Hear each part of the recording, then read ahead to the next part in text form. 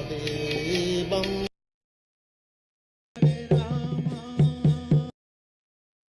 वन्दे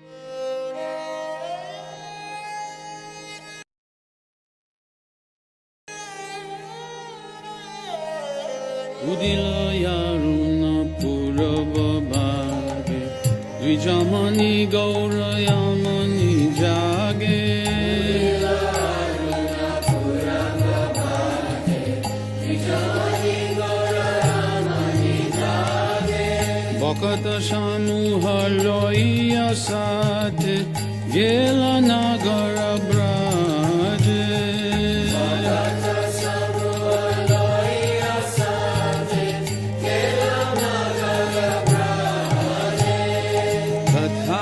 Tathai bajalo kol gana gana tahe janjera ro tathai bajalo kol gana gana tahe janjera ro prema dala dala shonara yanga charane nupura baje prema dala dala shonara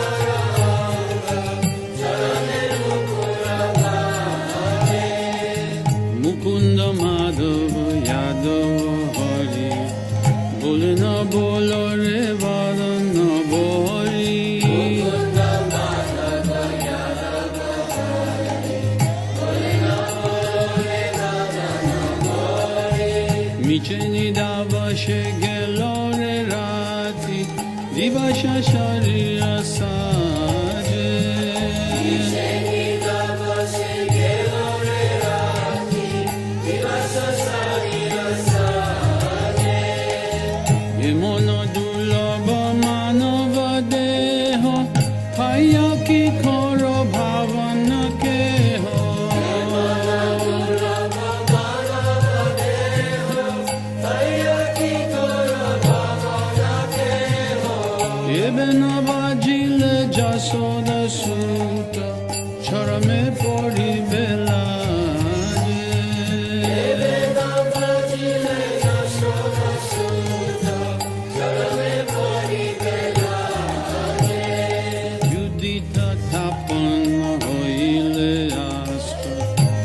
Gelo boli hoi bevyasta Udita tapana hoi leasta Gelo boli hoi bevyasta Tabe keno ebe alasa hoi Nabajari doya raje Tabe keno ebe alasa hoi Nabajari doya raje Jivanayanta jana hasa Tahinana vidha vipadabha Jivanayanta jana hasa Tahinana vidha vipadabha Namaskar kari jatane tumi Taka hai apana kaje Namaskar kari jatane tumi Jivaya kalyana sadhana kam Jagate asiye moduyana Jivaya kalyana sadhana kam Jagate asiye moduyana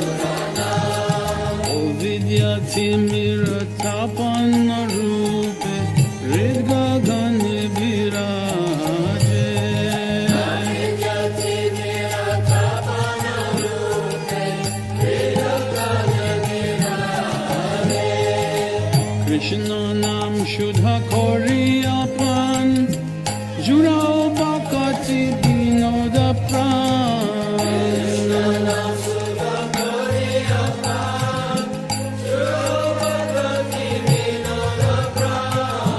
নাম বিনা কিছু নাহি choir চৌদ ভুবন মাঝে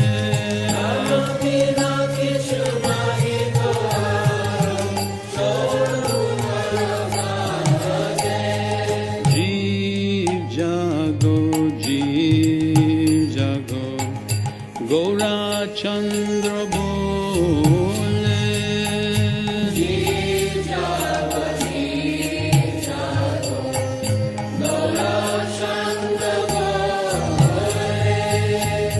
কোথা নিদ্রা যাও মায়া পিসাচির কোলে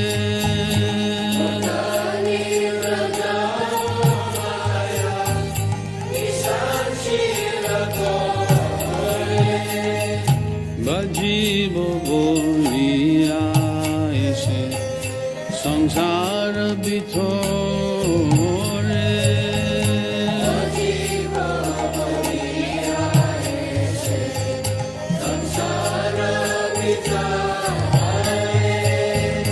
ভুলিয়া রহিলে তুমি অবিদ্যার ভরে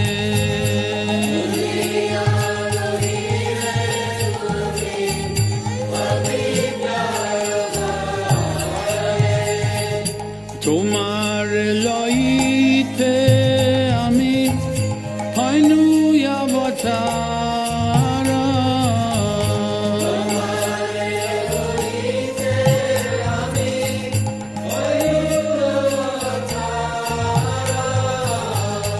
আমি বিন বন্ধু হার কে আছে তোমার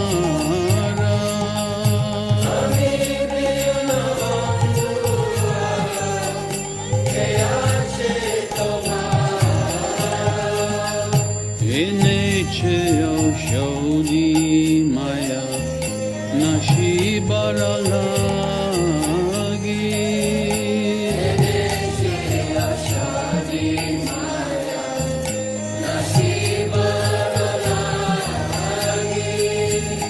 হরি নাম মহামন্ত্র লও তুমি মাগি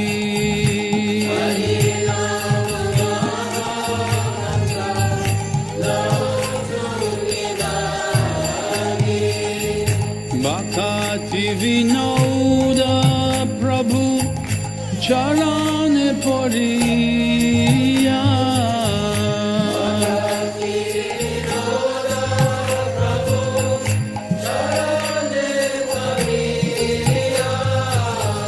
সেই হরি নাম মন্ত্র লইল মাগিয়া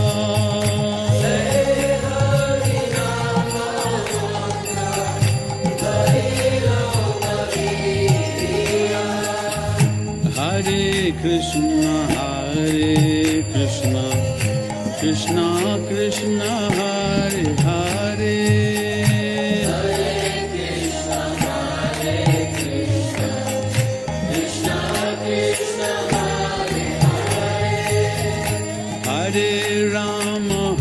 Hare Rama, Rama Rama, Hare Hare. Hare Rama, Rama Rama, Hare Hare.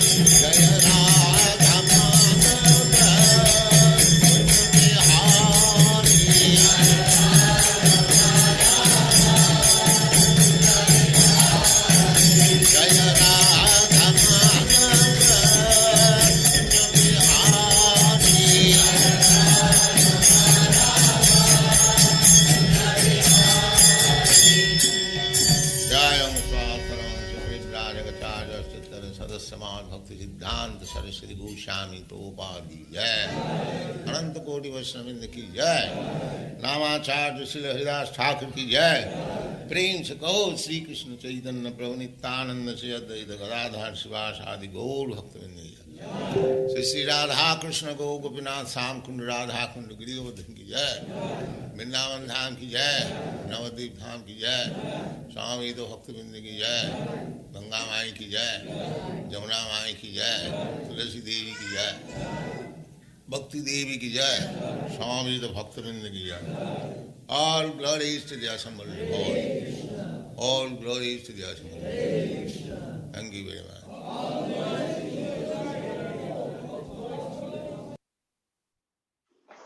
Hare Krishna Prabhu, Madam Gopal Prabhu, Hare Krishna. Hare Krishna. Hare Krishna. Welcome, my humble obeisances. Welcome to our platform. Now we can start the class. The verse I will put on the screen. I can share my screen, is that okay? I have it on the slide. Okay, I'll give you right to share. That's good. Yeah, now you can share screen also. Yeah, you can go on. Hare Krishna. Thank you very much for inviting me to speak on this platform of Hare Krishna Africa. It means a lot to me because, being born in Kenya, I'm seeing so many devotees taking up Krishna consciousness all over Africa with the wonderful help of devotees such as yourself. It gives me great satisfaction and bliss to see the movement spreading nicely all over this great continent. So today we'll be doing Canto 1, Chapter 6, verse number 36. Om Namo Bhagavate Vasudevaya. Om Namo Bhagavate Vasudevaya. Om Namo Bhagavate Vasudevaya.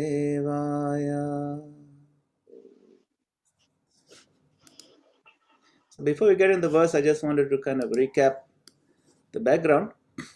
So we have Narada Muni talking with Vyasadeva, his disciple. And Vyasadeva had been feeling very upset because he didn't know why he was feeling so sad. And then Narad Muni told him, look, you wrote all the Vedas and all the other literatures, but you have not glorified Lord Krishna directly enough. That's why you're feeling dissatisfied. And then he goes on, explains his own background of his previous life. And then just a couple of verses before today's verse, he summarizes. He tells Vyasadeva, the Supreme Lord Sri Krishna, whose glories and activities are pleasing to hear, at once appears on the seat of my heart, as if called for, as soon as I begin to chant his holy activities. So he's saying how powerful Krishna is, and how powerful his chanting is. Krishna appears in my heart. It is personally experienced by me that those who are always full of cares and anxieties due to desiring contact of the senses with the objects can cross the ocean of nescience on a most suitable boat, the constant chanting of the transcendental activities of the personality of Godhead. So this statement is for those of us who are very absorbed in the material world and who care a lot about what happens in the material world, and we think we'll be happy with the sense gratification, and we are full of anxiety because of that. But he's not condemning them. He's saying this boat of constantly chanting the glories of the holy of the personality of Godhead constantly, that boat is perfect for even those of us who are filled with these materialistic anxieties. He's not saying you guys are useless. He's saying this is the right boat. You have come to the right place. Welcome aboard. So now today's verse number 36. So if you like, you can repeat after me, line by line. Sarvam tadidamakhyatam Sarvam tad idam akyatam. yat prishtoham tvaya nagha Yat pristoham tvayanaha. janma karma rahasyam me Janma kamar rahasyam me. bhavataschatmatoshanam Bhavataschatmatoshanam. sarvam tadidamakyatam Savam tad idat akyatam. yat prishtoham tvaya nagha Yat pristoham tvayanaha. janma karma rahasyam me Janma kalma rahasyam me. bhavataschatmatoshanam. Bhavataschatmatoshanam. Now we look at word by word. Sarvam, Salvam. all. All. Tat, That. that. That. Idam, Idam. this. This. Akhyatam, Akyatam. described. Described. Yat, Yat. whatever. Whatever. Prishta, Prishta. asked by. Asked by. Aham, Aham. me. Me. Tvaya, Tvaya. by you. By you. Anagha, Anaha. without any sins. Without any sense. Janma, Janma. birth. Death. Karma, Karma. activities. Activities. Rahasyam, Rahasyam. mysteries. Mysteries. Me, Me. mine. Mine. Bhavata, Bhavata. your. Your. Cha, Cha. and. And. Atma, Atma. self. Self. Toshanam, Doshanam. satisfaction. Satisfaction.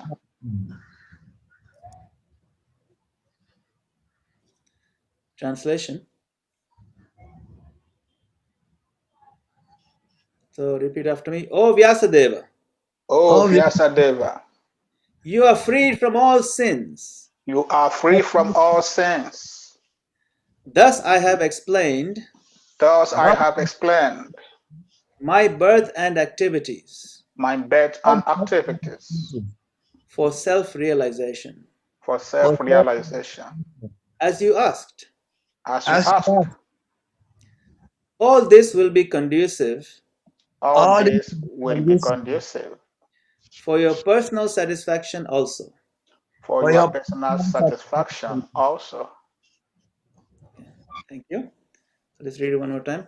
O Vyasadeva, you are freed from all sins. Thus I have explained my birth and activities for self-realization as you asked.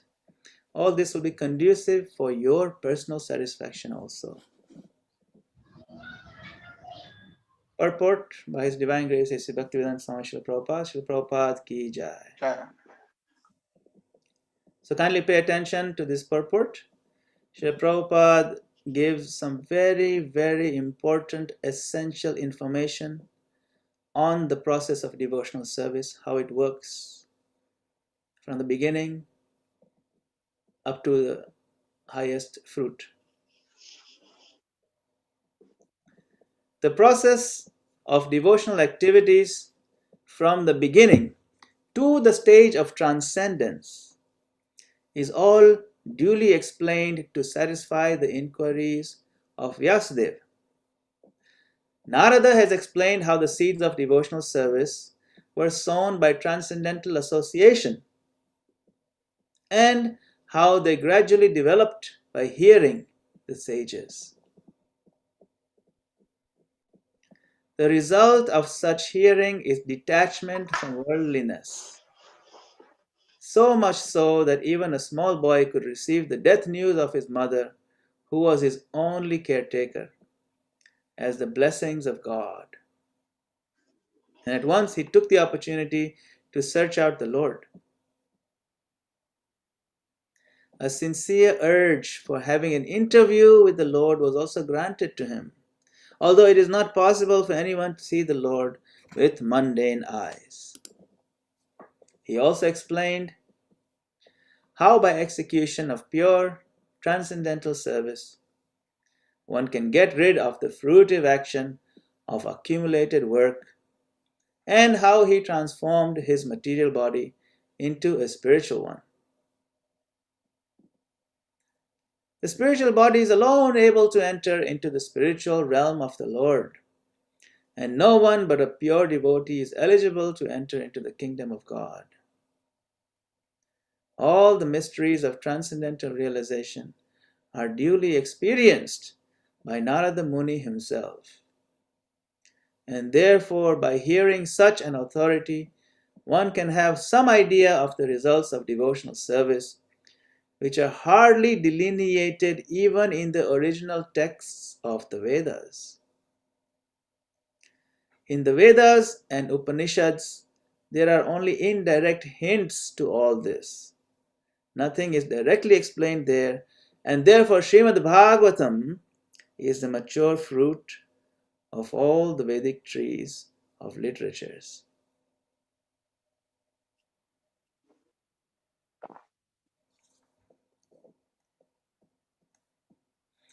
Om Jnanatimirandhasya Jnananjana Shalakaya Chakshurunmilitam Yena Tasmai Shri Gurave Namaha. I offer my humble obeisances unto the lotus feet of my spiritual master, who has opened my darkened eyes with the torchlight of transcendental knowledge. I further offer my obeisances to all of you assembled Vaishnavas and seek your blessings and permission in reciting Srimad Bhagavatam. Shri Prabhupada ki jai. So, thank you once again for this opportunity to glorify Shri Prabhupada and Srimad Bhagavatam. So I wanted to recap a little bit. The purport. Notice Srila Prabhupada makes some very important points over here, that only by execution of this devotional service, pure transcendental service, can we get rid of these karmic accumulations that we have collected, the accumulation of our fruitive desires and fruitive works, not just in this life, but throughout the many, many millions and trillions of lifetimes in the past. Only by devotional service can we actually unload all that is holding us back. Only then can we be fully purified enough to enter into the kingdom of God. One analogy Prabhupada gives is, if you want to enter into the sun, you have to become like the sun. You have to become as hot and fiery as the sun. You have to be of the same element. So only a spiritual body can enter into the spiritual world. And spiritual body is only available to one who has transformed his body via the process of pure transcendental service, devotional service, Krishna consciousness.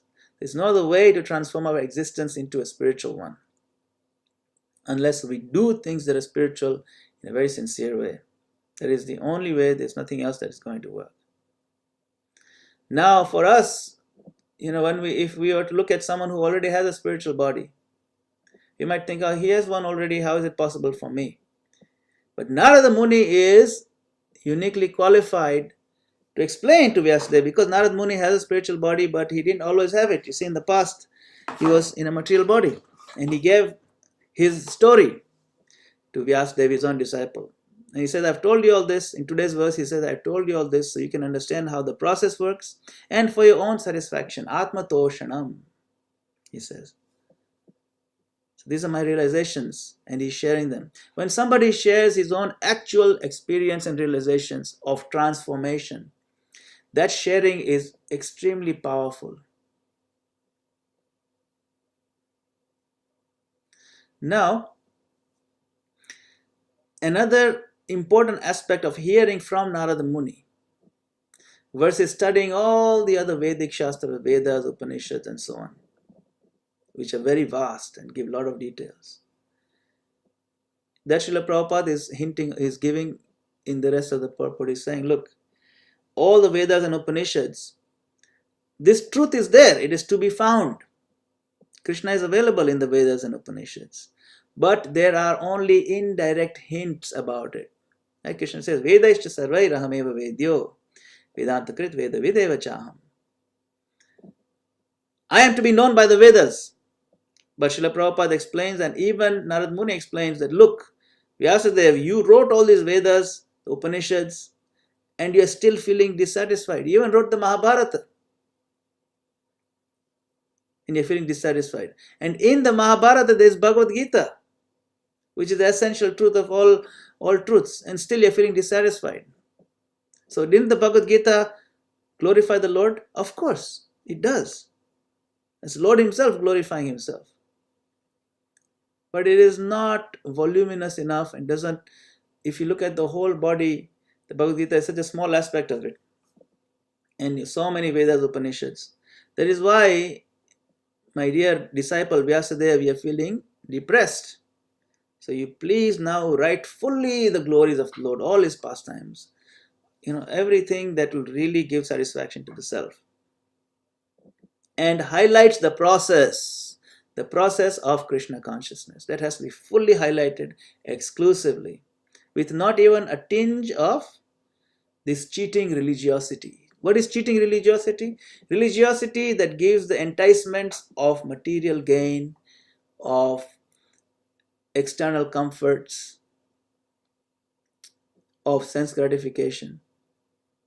This is called cheating religiosity, Kaitava Dharma. And Bhagavatam kicks out all the Kaitava Dharma. Dharma projita kaitavatra paramo nirmatsaranam satam. This Bhagavatam is not the place to come to find ways to increase your sense gratification. If you're looking for sense gratification, this is not the place. This is meant for those who are nirmatsaranam satam, those who have moved beyond those desires. If you are serious about Krishna consciousness, going back to Godhead, this Bhagavatam is the place for you. That's the second verse of Bhagavatam. So here, Srila Prabhupada is explaining clearly that the Vedas and Upanishads only have indirect hints about Krishna, about devotional life. Therefore, Bhagavatam is the text, the book to be studied very deeply, because it has all the essential philosophy, but not just the philosophy, it is also giving us the experiences of great souls, Mahajanas, and other devotees, how they became Krishna conscious, and how it is possible also to learn from their example, and how we can apply their success stories so that we can also become a success story in our own lives, in our own spiritual pursuits. You know, the Back to Godhead magazine, when I used to always read when they used to come out, right away the first thing I would read is there will always be a section of some different devotee on how I came to Krishna consciousness. I found it very interesting because I wanted to understand what is it that compels somebody to take up this process of Krishna consciousness. And what was it about their life that is similar to mine? Maybe it was different from mine. What are the challenges? What are the struggles? Why were they attracted to Krishna? It is very exciting because I can relate everything to myself, or at least I can find other people's stories relatable somewhat. Similarly, Bhagavatam is basically one story after another of how I came to Krishna consciousness. And here we see. So on the left side, we see the picture of Narad Muni. Narad Muni is a little boy sitting on the floor, very small boy. And these sadhus, these men in beards, they are known as the Bhakti Vedantas. And they gave a lot of mercy to that little boy.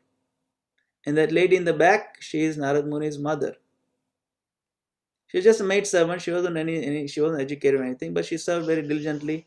She took care of her son, fed him and everything, and she tried to serve to her best capacity these sadhus when they were visiting that area. And they gave a lot of mercy to the little boy. Why? Not just because he was little and cute, but because he was sincere and he would serve in so many things. So we'll learn about that. So that is a transformational story of from that point when he was just an ordinary boy of an ordinary maid servant, not very rich, not very educated, all the way to the spiritual body of the great Narad Muni who has touched so many lives. Narad Muni travels all over the universe, you can see. Nothing can stop him. He can go to spiritual world, inside, come out, nobody is going to stop him. He goes and gives mercy of Krishna consciousness to so many people. He gave it to Valmiki, he gave it to Dhruv Maharaj, he gave it to Prahlad Maharaj, so many stories. Mrigari. He is the head of our sampradaya.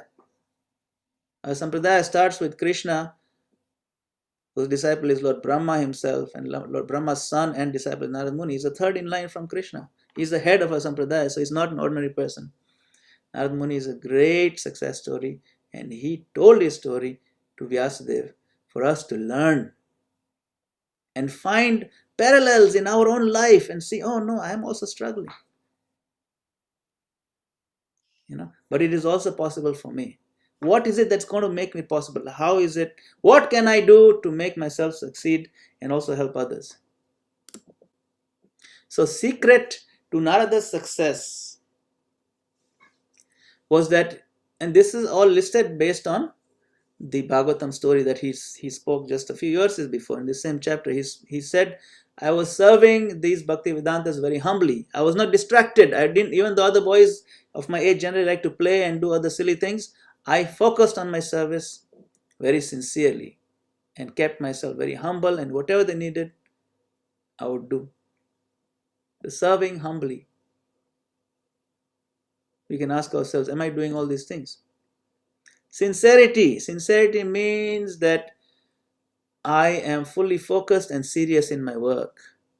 I'm giving 100% of my energy, my intelligence, my mind, my willpower to this process, to serving them, sincerely serving. And then hearing attentively, because those Bhaktivedantas, they would glorify the Supreme Lord in so many beautiful kathas and stories. They were there for 4 months. And that's all they would do, because those who are pure devotees, that's all they talk about. And you spend even one moment with a pure devotee. You hear what they say about the Lord, how excited they are to describe the Lord. That excitement will infuse our heart with excitement. and it becomes a contagious sort of ecstasy. That is why association means hearing. Even a moment of some hearing and to feel the excitement in the voice about glorifying the Lord makes us very excited. That is why we should hear with rapt attention. Then another aspect of, he says, Uchishtalepan. Uchishtalepan means he took, this little boy, Narada, he took the remnants of their foodstuffs when they ate. That is how mercy gets transmitted also. Like we get prasadam. So he took their Mahaprasadam. And he would always obey their orders. Narada, fetch me some water. Hey, Narada, can you get a little bit of firewood? We need some firewood for tomorrow. Anything, he would immediately do it. But they would do it very lovingly, because they essentially, these great devotees, they travel to give their mercy to others. They don't travel to receive service. That is not their intention. The service that we give them is really the opportunity they are giving us to serve them.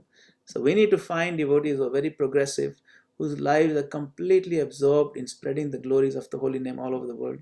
And if we can fortunate enough to find such devotee and we serve them, then the magic of mercy flow happens.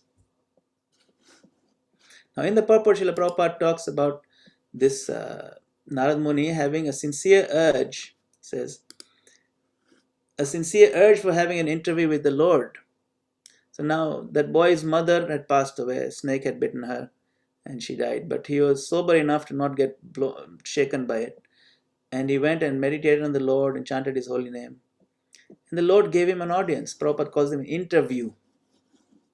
It's an interesting word, interview. Generally, interview is for, looking like a job, finding a job. But here, he wanted to meet the Lord, talk to him. Kind of like an interview. My Lord, can I enter your kingdom? These are my qualifications. And the Lord actually gave him the interview. Hardest part of getting a job is getting to the point of an interview. A lot of the times, you send the CV, you don't even get an interview. But if you get an interview, it's a very good chance you might get the job. So he had an urge for the interview with the Lord, and the interview was granted, even though it's not possible for most people to see the Lord with material eyes, but the Lord allowed it. That's the sincerity paying off. So now, coming back to the purport, the process of devotional activity is from the beginning to the stage of transcendence, beginning to the higher stage, is all explained to satisfy Vyasadeva. So Narada has explained how the seeds of devotional service were sown. So this is an important analogy. We're going to carry this analogy all the way through to the rest of the class. The seeds of devotional service were sown by transcendental association, and how they gradually developed by hearing the sages. So seeds, they develop into a creeper or a plant. The Prabhupada talks about beginning stage. So let us explore these concepts. What is the beginning stage? What are these seeds that he's talking about? How are they planted and how to take care of them?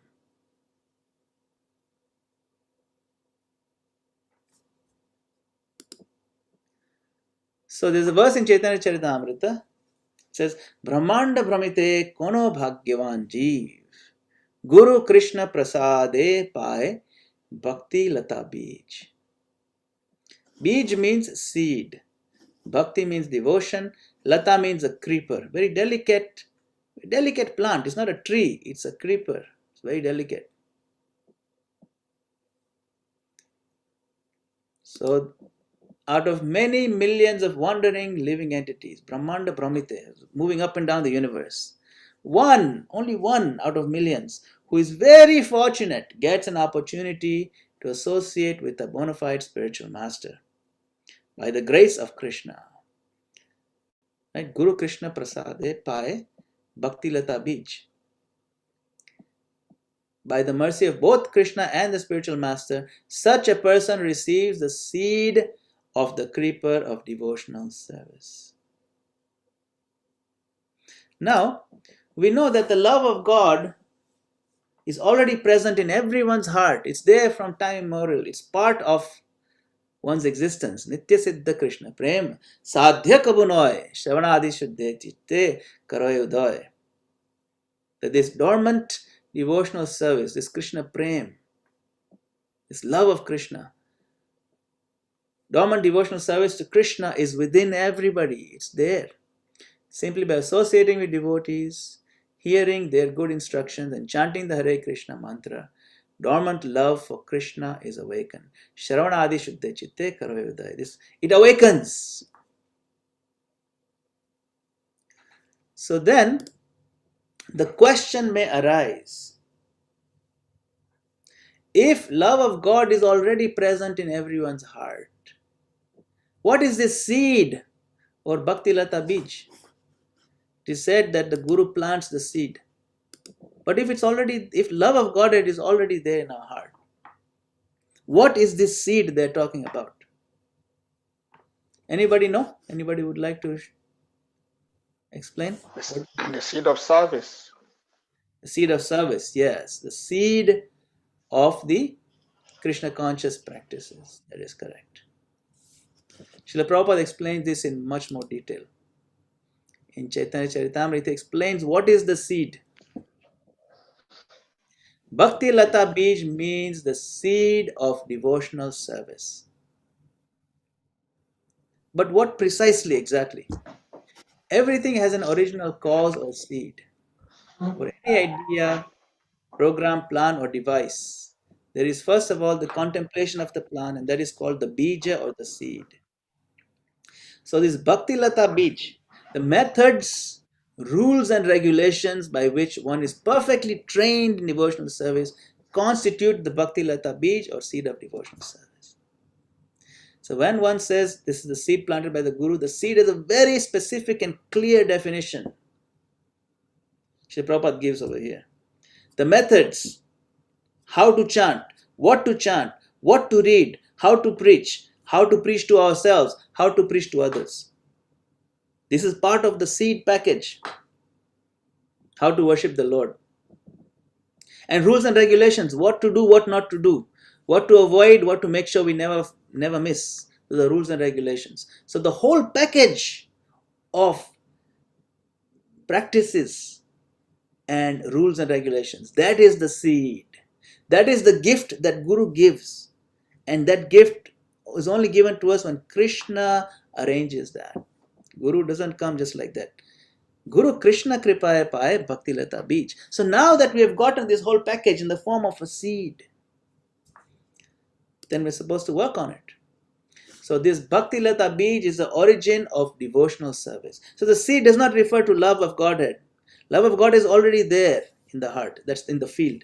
The seed refers to the practices of devotional service and the rules and regulations. Bhakti Lata Bij is received when one is initiated by the bona fide spiritual master. After receiving the spiritual master's mercy, one must repeat his instructions, and this is called Shravana Kirtana, hearing and chanting. One who has not properly heard from the spiritual master or who does not follow the regulative principles is not fit for chanting Kirtana. One who has not listened carefully to the instructions of the spiritual master is unfit for chanting or for preaching the cult of devotional service. When he says unfit for chanting, it means we can't go out and preach if we are not practicing. So then we should chant first ourselves, to ourselves, within. Then after we have purified to the degree that we can follow the basic regulative principles, then we can go out and share with others. One has to water the Bhakti Lata Bij, so now this is the watering, by receiving instructions from the spiritual master. So what is the secret? Receiving instructions, hearing instructions deeply and following them as one's life goal. When Srila Prabhupada received the instruction to preach in the English-speaking world, that became his single most instruction. His Guru Maharaj told him, you young man, in the first meeting, you young man, educated, why don't you share this message of Chaitanya Mahaprabhu all over the English-speaking world? From that point on, Srila Prabhupada took it deeply in his heart and dedicated his life to that one instruction to follow it. Because of that dedication, that purity, that immense spiritual strength, Srila Prabhupada flooded the entire world and performed miracle after miracle. changing lives, so many lives. Today, millions of devotees are indebted to Srila Prabhupada following that one instruction of his spiritual master to preach to the English-speaking world. And then now even the non-English speaking world is benefiting from it. So some very important takeaway points. The seed is very precious because it is from the seed that this creeper of devotional service is going to grow. So what is a seed? Seed is the whole package of instructions, what to do, what not to do, how to worship Krishna, the methodologies, techniques, tips and tricks that Srila Prabhupada has given us repeatedly in his own life, his own example.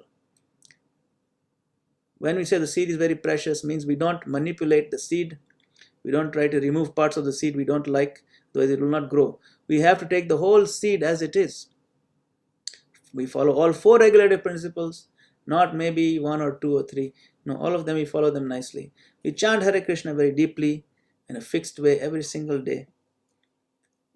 We lead an honorable, pure life and dedicate as much time as possible to improving our Krishna consciousness by hearing, chanting, reading, worshipping the Lord, promoting Krishna consciousness, sharing with others. So this seed, we have to guard it very carefully. And we also need to water it. So remember, Srila Prabhupada said water is how? Watering is by following the instructions. So instructions means, read all the books. The system is already there, follow all the principles, share with others. And the essence of all instructions is given in the book called Nectar of Instruction. To spend all our time in chanting nicely the glories of the Lord's pastimes, his name, etc. That is called watering it and growing it into a full plant. Now, pitfalls to avoid: don't add poisons to the soil. Poisons are negative thoughts that we can add to the soil. Always keep our heart positive. When we add poison of negativity, we lose enthusiasm. We choose, I can't be enthusiastic. No, we have to keep our heart free from that, and we have to keep it positive. In the Nectar of Instruction, the positivity is explained. Utsaha, Nishchaya, Dhairyat. Always be enthusiastic, even though there are reasons to be depressed. Always keep in mind that we are so grateful to the Lord for this process. Everything else is so insignificant. Utsaha, Nishchaya. And then determination. In spite of all difficulties, I will continue. And Dhairya. Dhairya means patience. Patience means that I'm not seeing the results yet, but I know the process is going to work. So we have strong faith is going to happen, and I'll keep persevering. That is called Dhairya. Give it time. You can't put the seed in there and say, okay, it's been 7 minutes now, there's no plant, what's going on? No, you have to give it time, patience. And then, after 2 days something sprouts. Wow, wonderful. You start pulling on it. You say, no, don't pull on it. It takes time still. You have to be patient. So don't add poisons to the soil. Remove any weeds. So the weeds are what is called anarthas. Anarthas are unwanted tendencies. There are a number of anarthas. Lust, greed, anger, envy. These unwanted proclivities or tendencies that are there in our heart because of long association with the material world. They come in the way, and sometimes they may even look like plants that we want. Oh, look, another plant. No, we don't want to water these plants. So if the mind is saturated, or if it's afflicted by greed, for example, we don't want to pursue the instructions of greed-driven agendas. Same thing with anger. We want to control the anger, control lust, envy of others. So these are called anarthas, weeds, which is part of the farming process. We're doing cultivation, is farming process. So you remove any weeds and avoid doing things that will destroy the delicate seedling. Now you can imagine how delicate this can be. Even if it grows a little bit more, it's so easy to crush it. And the number one thing or activity that can completely crush even a fairly well developed seedling of devotional service is known as Vaishnava Aparad. Aparad means offense. Offense or going against worship. Aradhana, Radha, the word Radha, Srimati Radharani is named after that, or the worship is named after Srimati Radharani, one who worships Krishna best. Aparadha means going against Srimati Radharani, going against the worship of the Lord. Just the word itself shows us that offending a devotee, Vaishnava Aparadha, is going against the worship of the Lord.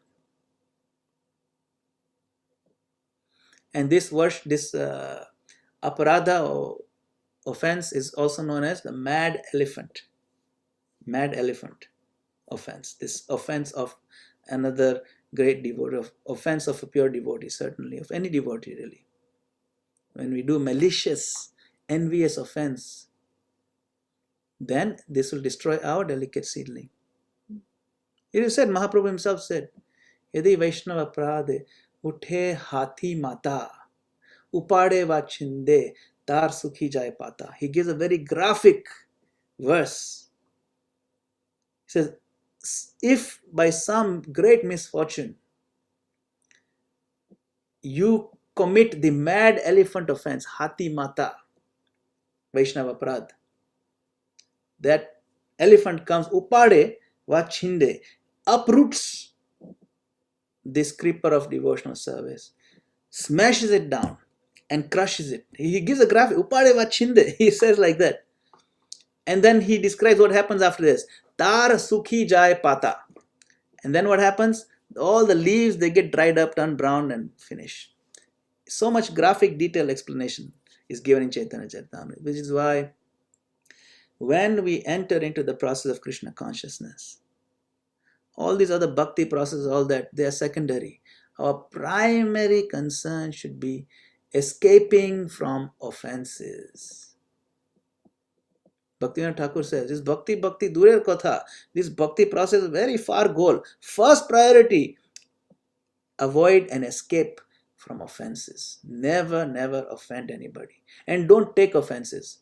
Because if we are too readily taking offenses, we end up creating offenses. So we are more tolerant than a tree. We've heard this many times. We need to cultivate this on a daily basis. So avoid doing things that will destroy the delicate seedling. And when this grows higher and higher, the fruit of this delicate plant is the much coveted, the most desirable thing in all of existence, in the material world and the spiritual world, is love of Godhead, Krishna Prem. So this is just a little graphic that shows us how this works. So the field of our heart, in our heart, the seed is planted, and the seed, the awakening of the faith Shraddha, the seed is planted by the Guru, and Adav Shraddha, first there's faith, and then we associate, right? And when we associate, it starts growing. Eventually, there's lots of different points that are made along the way as the plant grows up to the highest fruit, the flower and the fruit. So the flower is bhava, and then the fruit is pure love of Sri Krishna. So this is a graphic outline of the Madhurya Kadambini by Vishwanath Chakravarti Thakur, where the seed is planted in Ado Shraddha, Sadhu Sangha, so you have faith, followed by association devotees, then Bhajan Kriya, the practice of devotional service. Anartha Nivritti, we talked about removing the obstacles, unwanted things, from the heart, the weeding. Then when all the anarthas are removed, then Nishtha develops. Nishtha is unshakable resolve, that steadiness. Then finally we taste a little bit that, oh wow, this is wonderful. Ruchi, develop a strong taste. And then from taste, you get a little more addicted. It's called asakti. You're attached now deeply. Can't be shaken very easily from it. And then it's a deep attachment. And from the attachment, then bhava, then our emotions fully become spiritualized. And strong emotions appear, transcendental emotions. And then at that point, prema arises and the various flavors or the rasas become manifest. Santa, dasya, sakya, vatsalya. All these become manifest. And we gain pure love of God. But to get to that point is a long journey for most of us who are conditioned souls. But we can have some faith that by association and by serving and following the process, we will see that we are making progress and we will be finally able to gain this greatest of goals, prema, pure love of Krishna. Hare Krishna, Hare Krishna, Krishna Krishna, Hare Hare, Hare Rama, Rama Rama, Hare Hare. We continue to water our seedling every day without fail. Hare Krishna. Thank you for the opportunity. Srila Prabhupada. Yeah. Thank you, Prabhu. Now you can remove the screen, please, so we can see Yes. you. Thank you for your wonderful class. If any devotee has question, kindly raise your hand. Then I have one question, Prabhu, from the purport. Prabhupada mentioned that Narada Muni passed through the mysteries. He used the word mysteries of the Vaishnava service. He said, all the mysteries of transcendental realizations are duly experienced by Narada Muni himself. So that word of, what is it? The Muni himself. Yeah. So I put it on the screen. Yeah. Narad Muni himself, and therefore by hearing such authority, one can have some idea of results. Yeah. Yeah. So the issue is, the question is, how come Prabhupada is using this word, mysteries? Yeah. Good question. It's duly experienced by Narada Muni himself, when actually what we do is not really mysterious. We are open. Yes. So this word mystery, rahasya, is used to highlight one important point. And this we also find in Bhagavad Gita, chapter 9 also, in the King of Knowledge, that verse, Raj Vidya Raj Guhyam, Rahasyam idamuttamam, Pratyavagamam dharmyam, Susukham kartamabhyayam. That this devotional service process is considered a mysterious process. Why is it mysterious? The science is so clearly laid out. There are many aspects of the process that are mysterious because we are used to thinking in terms of material science like chemistry and physics. And it is not possible based on our materialistic understanding to see how the process works. It's a mystical process. Mystical is somewhat mysterious.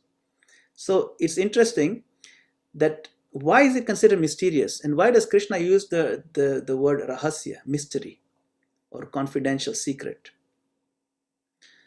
It is secret because it is not accessible to just anybody.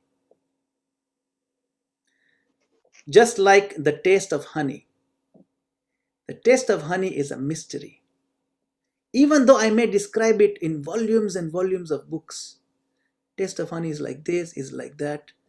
Imagine if you take some sugar and you toast it a little bit and you put some flavor of flowers in it, then maybe, but I can describe it, but no matter how much I describe it, it will remain a mystery to somebody who has not tasted it. And to somebody who has tasted it, you don't need to describe it because there's no point putting words in somebody who's already tasted it. So it is a closed bottle of honey.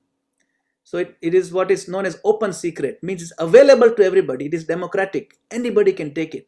But you cannot know what it is unless you try it out. So there are many people who will speak about transcendence, but unless you experience it, it will remain a mystery. Therefore, the word rahasya. And that's why even in this experience, Narad Muni said, look, I've gone through this, but unless you go through it, it'll only be a story for you. It'll remain a mystery. So you go through it, then you realize it. Ah, yeah, this honey tastes amazing. Therefore, it is an open secret. Thank you, Prabhu, for your answer. We have next question from Sahadev Prabhu. Sahadev, please unmute yourself. Hare Krishna, Prabhuji. Haribo, Prabhu. Dhanwad. Yeah. Thank you so much, Hare Krishna. Haribo. Thank you. Prabhu, I have one question on offenses because it's so dangerous and everybody is trying to avoid offenses. So my question is, how does a devotee, in the course of trying to guide, like maybe you are a temple president or you are a temple commander, so you have devotees under your care, and a devotee does something that you have to point something out. But at the same time, too, you are afraid of committing an offense. So how do we draw the line between doing something as part of your devotional service and also not committing an offense? Thank you. Hare Krishna. Very delicate question, very deep question. Thank you, Prabhu. Sahadev Prabhu. So first, there's a couple of angles to this. It is very important for us to understand the definition of offense. Okay. Now, when we do something with the intention of being hurtful, and it is something that we do out of malice or spite or envy towards somebody to ensure they feel maximum hurt and pain, that is called an offense. If we do something that is meant for the good of the person and that is meant for the progress of the society, and that may not be always the sweetest thing to experience, but it is meant for uplifting the movement, the community, and that person's own spiritual growth, that is not an offense. Now, that being said, it is very important to recognize perception is reality. You see, the person who I'm speaking to, if he perceives that my intention may be to improve him and to improve the community, but if his perception is that I have nothing but malice, I'm completely unfair, I'm being judgmental, and I hate him as a person, it is a personal thing, I want to kick him out. If that is the feeling that he has generated based on my interaction with him, then that can also be considered offensive. I say, oh, what? But my intention was not like that. But see, we have to be careful of two things. Our intention has to be clear, but even the execution of that communication has also to be very clear. You see, that is why one of the qualities of a good leader is to be able to resonate with the other person, feelings. Some people are more sensitive than others. If I'm very close friend to one, I can even just kick him. Hey, come on, man, what did you do? Last week you completely ruined the gardening, and he'll laugh it off. But if I do the same thing to some other guy, he'll be like, how offensive! You shouted at me. You even touched me with your foot. I did the same thing to two different people. So I can't use the same approach with everybody. I have to be sensitive enough as a leader to understand what someone will perceive as an offense and someone will perceive as a friendly gesture. So we have to be a little bit careful like that. Now, I will come to the principles of parenting to give an example. When we are raising children, okay, Srila Prabhupada teaches us how to raise children. He says from ages 0 to age 5, we show the child so much love, so much affection. We even give him what he wants. Even if he's being naughty, let him be naughty. It's okay. Up to the age of 5. Just he has to feel that my father is everything for me, my mother is everything for me. If I need something, they'll give me. If I want something, they'll give me. They'll protect me from everything in the world. That is how we should raise the child. Even if we think we're spoiling them, it's okay. Up to age 5. Then from age 5 up to age 14, we are very strict with them. Very, very strict. Clear rules.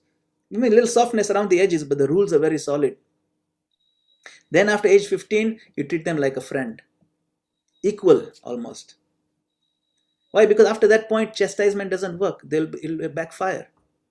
So there's an age for chastisement, but there's an age where you're supposed to completely spoil them also. So what happens when you lay the foundation the first few years that you just love that person unconditionally? Then after that is established, a foundation is established that your love for them is the primary basis of your relationship, that you'll give your life for them. They will feel it. Then after that, on that foundation, if you do some chastisement, correction, doesn't matter. It's good for them. They will not leave you because they know the foundation of your is love. You see. But if I've not laid the foundation of love and it's just start chastising the new people, you see, then that is not good parenting, because as a leader we are somewhat like a parent. So we have to make sure that foundation of love is established first, and be more forgiving in the beginning until they feel that no, this person, he loves me unconditionally as a leader. And so as representative of Srila Prabhupada's movement, that is our goal, to establish relationships as leaders. Then when this chastisement, we do it in a proper way. For example, glorification we do in public. Chastisement we do in private. You see, not the other way around.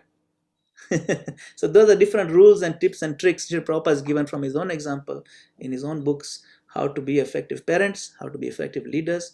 This way, our intention may be pure, but execution also has to be intelligent. This way we'll avoid the offenses, and we'll be setting good examples of leadership. Thank you, Sahadev Prabhu. Hare Krishna. I hope that helps. Thank you so much. Very, very beautiful answer.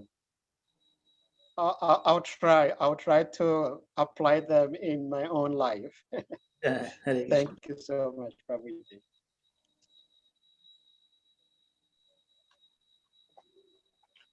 Okay. So our next question, Prabhu, Prabhu Ganga, Prabhu Nataraj, you have a question, your mic is up. Nataraj Prabhu. Hare Krishna. Hare Krishna, Prabhu. Very wonderful class. We actually appreciated the way you presented the whole thing, and we quite absorbed so many things from it. So my question now goes that Narada,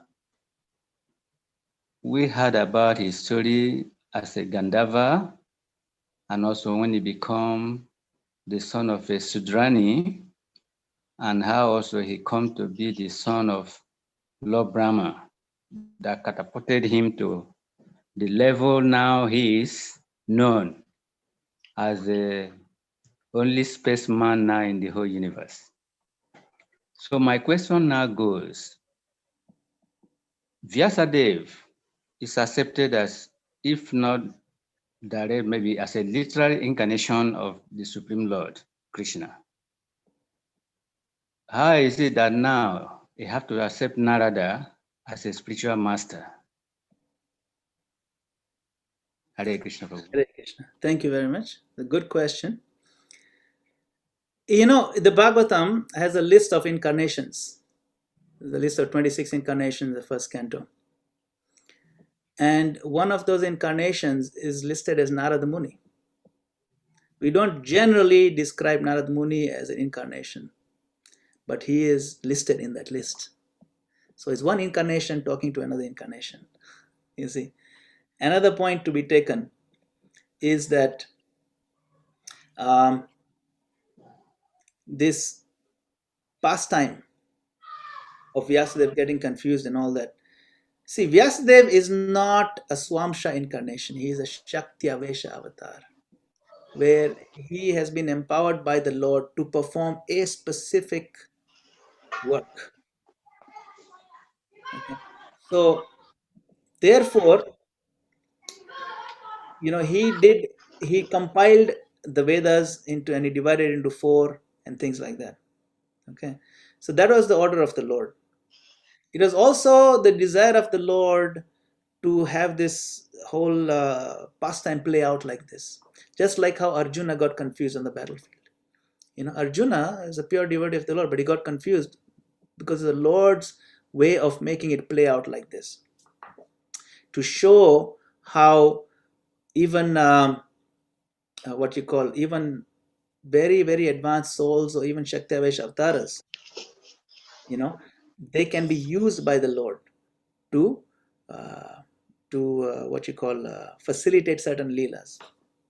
Even Lord Shiva, who is a great, is practically Godhead himself, was confused by the Lord. Lord Brahma, of course. Lord Brahma is also considered avatar. He's considered Guna avatar. So there's Shakti Avesh avatar, there's Lila avatar, and there's Guna avatar. So all these avatars, even though they are avatars, they are different levels and they're subordinate. And so the Lord uses them to illustrate certain points.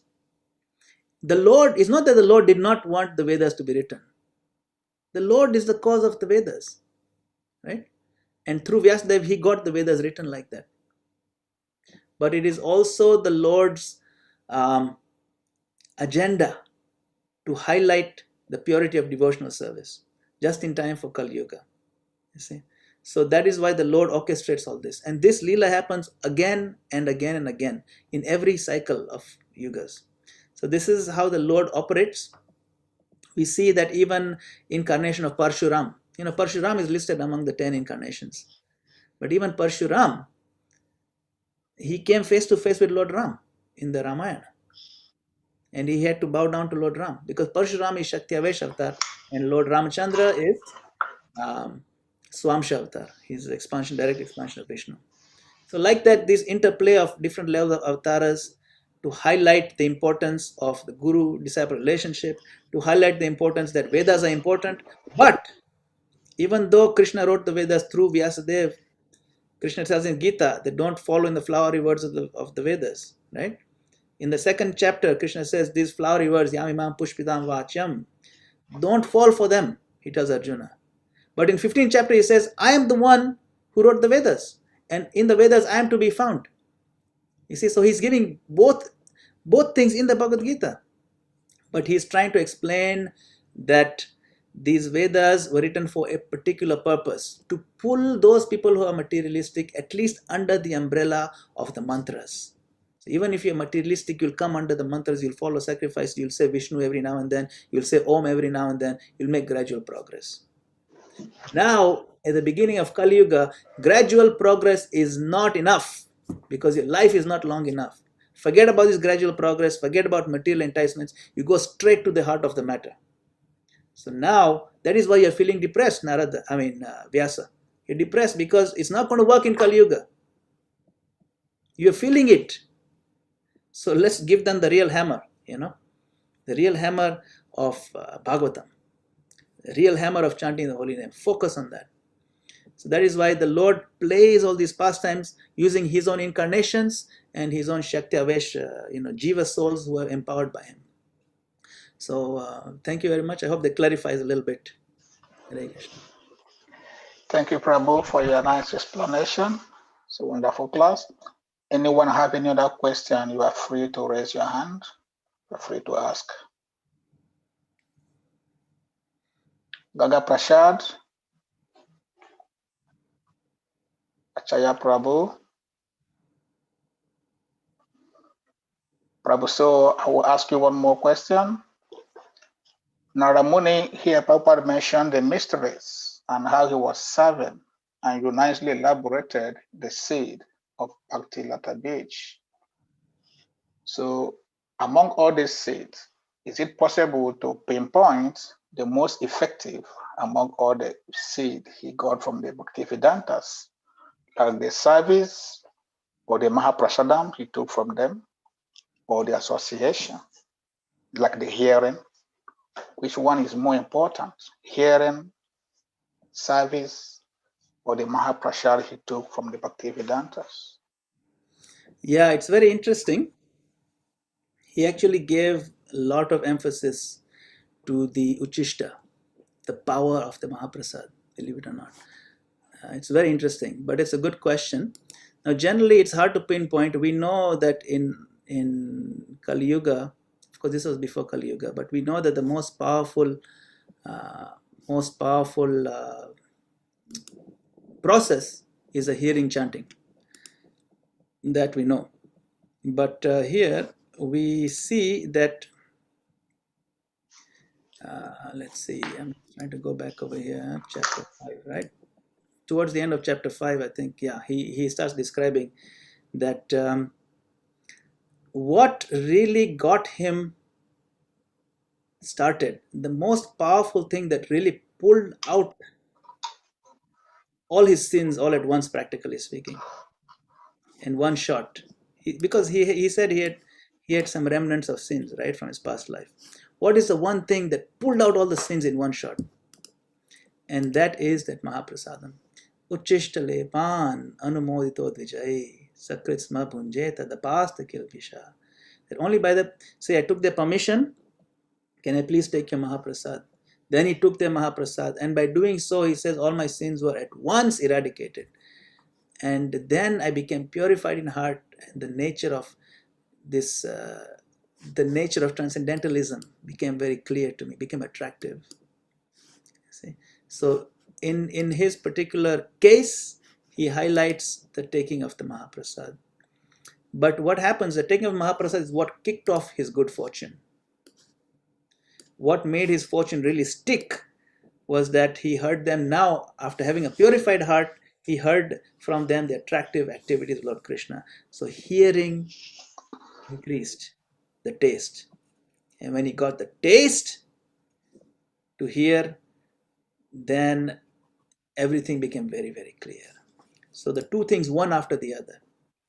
Mahaprasadam and then the hearing process for Narad Muni. Yeah.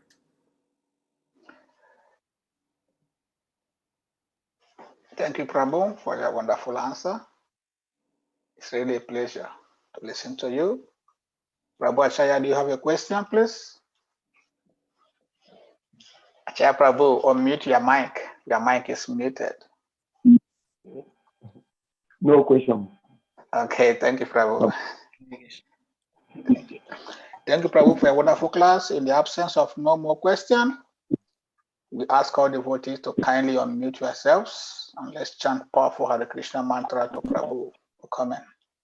Hare Krishna, Hare Krishna, Hare Krishna, Krishna Krishna, Hare Hare, Hare Rama, Rama Rama, Hare. Thank you, Prabhu. We look forward for your nice class again next time. Hare Krishna. Thank you very much. Thank you to devotees for this opportunity. Srila Prabhupada ki jai. Thank you so much. Hare Krishna, Hare Krishna, Hare Krishna, Krishna Krishna, Hare Hare, Hare Rama, Rama Rama. Hey, come and take water. Come and Thank you, Prabhu. We look forward for your nice class again next time. Hare Krishna. Thank you very much. Thank you to devotees for this opportunity. Srila Prabhupada ki jai. Come and take. Come. Come and take. Hare Krishna, Hare Krishna, Krishna Krishna, Hare Hare, Hare Rama, Rama. Hey, enter. Hey, Hare Krishna. Thank you very much. Thank you to devotees. enter. Srila Prabhupada ki